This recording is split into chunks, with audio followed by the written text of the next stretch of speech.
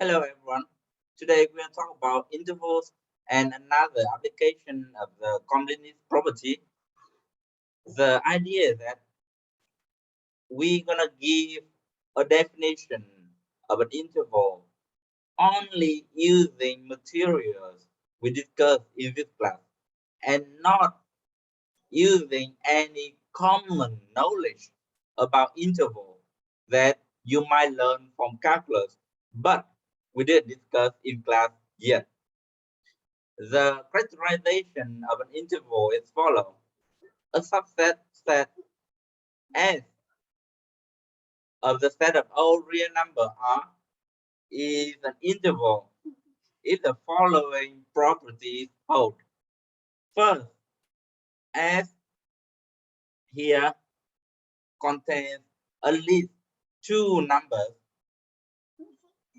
and the second property is that if X, Y are elements in this subset capital S and X smaller than Y, then the set denoted by bracket X and Y must be a subset of S. And the set bracket X and Y is defined to be the set of all real numbers Z, which is between X and Y. That is, X smaller than or equal to Z and Z smaller than or equal to Y. So this is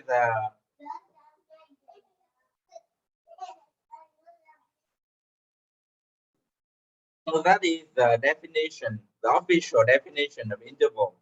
Here are some examples, and you're gonna see that these are exactly the common intervals that you're familiar with from calculus. The first one is the interval from 0 to 1, and the notation here means that this interval doesn't contain 0, but does contain 1. The next interval is the interval from 0 to 1/2, but this notation here means that the interval contains the point 0, but does not contain the other endpoint 1/2.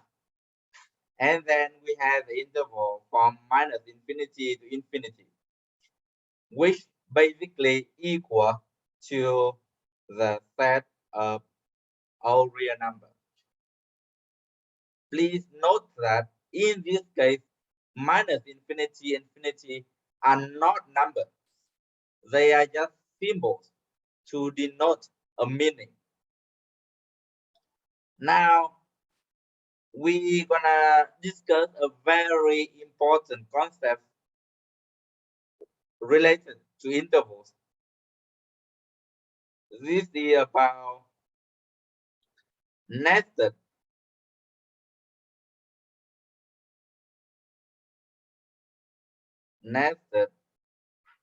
intervals. That is, you have a sequence of intervals such that I1 contains I2, I2 contains I3, and so on. That is the nth interval in this sequence. In contains the next interval in this list, in plus 1. And the following theorem is called the nested interval property, and it's very important in the theory of real numbers that we are building up here. The theorem says the following: if these intervals in equal to the bracket an bn is the list of nested intervals, then the intersection of all these intervals is non-empty. The illustration is given by this picture here. You see, in this case, the first interval I1 here, that is the interval from A1 to B1. It contains the next interval that go from A2 to B2, and similarly it contains the next interval from A3 to B3.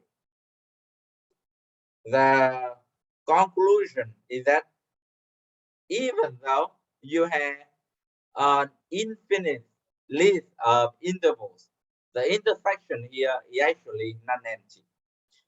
I would like to give a proof of this theorem because it's a good illustration of an application of the completeness property, and also a good application of the nested interval concept. Here, let A be the set of all left endpoints. That is the set that contains A1, A2, A3, and so on. We have that because AIBI is an interval content in the interval A1, B1. It leads to the inequality that A1 must be smaller than equal to AI. AI, of course, is smaller than BI, and BI is smaller than equal to B1. So B1 here is an upper bound for the set A.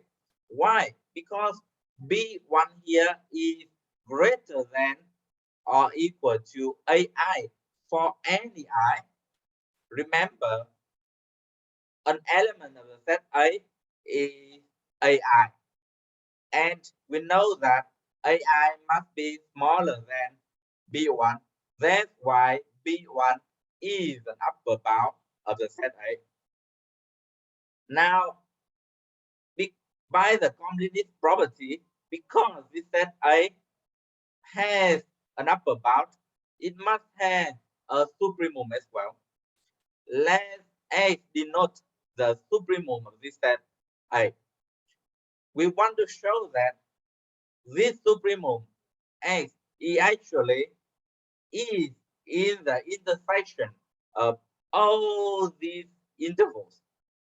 That is, AI must be smaller than X, must be smaller than or equal to X, and X must be smaller than or equal to BI.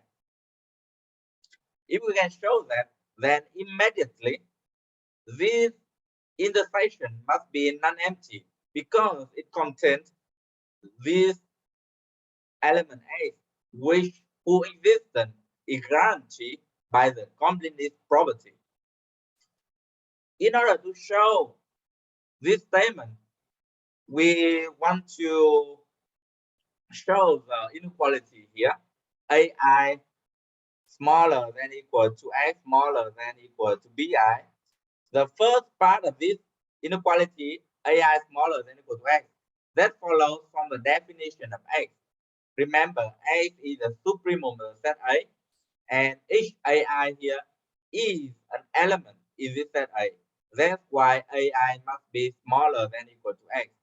Now it remains to show the other inequality X smaller than equal to BI. In order to do that, we're gonna claim that BI is actually an upper bound for A for any for any natural integer I. If the claim is true, then because X is a supremum of A, BI is an upper bound of A, X must be smaller than equal to BI. Remember, the definition of the supremum is that it is the smallest upper bound.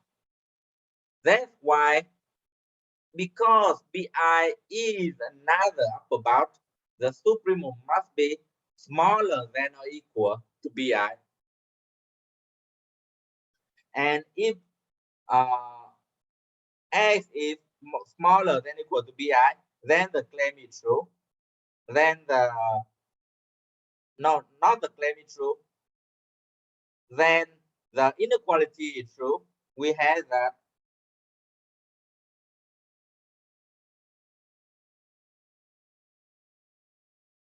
AI smaller than equal to X smaller than equal to BI, which implies that X must be in the intersection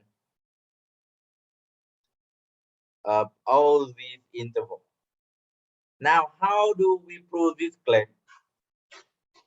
In order to prove this claim, we're going to consider an arbitrary AK for any integer K. And we consider different cases. The first case, if this integer K is bigger than I, then obviously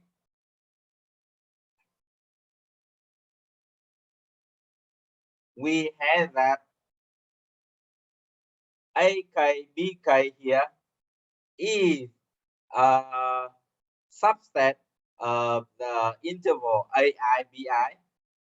As a consequence, we have the inequality AI smaller than equal to AK, smaller than BK, smaller than equal to BI. As a consequence, AK smaller must be smaller than BI. So in this case, we have that BI is greater than AK. Now the second case, K here is smaller than I, then AK, BK is an interval, contains the interval AI, BI.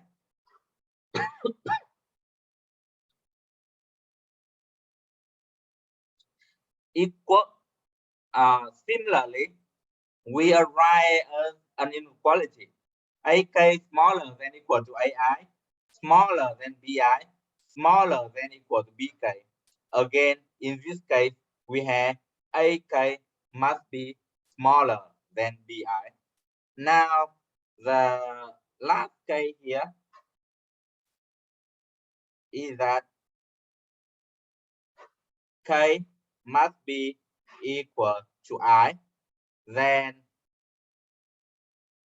AK, BK is an interval, implying that AK must be smaller than BK. But because K equal to I, BK here is exactly equal to BI. So in any case, AK is smaller than BI. And this is true for an arbitrary K. That's why BI must be an upper bound for the set A, and the claim is proved.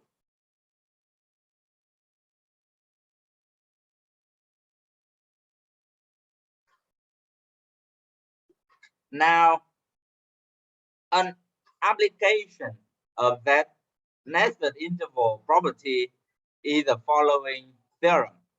It says that the set R of all real numbers is not countable.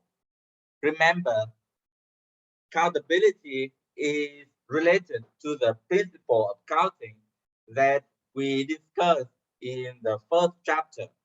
And a set is said to be countable if there is a bijection from this set to a subset of the set of all natural numbers. The proof here, you can read in details in the note or in the textbook. I just want to mention the main idea. That is, we want to show that the set of real numbers is not countable. How do we do that? We're gonna follow the path of proving by contradiction again. As I told you, this is a very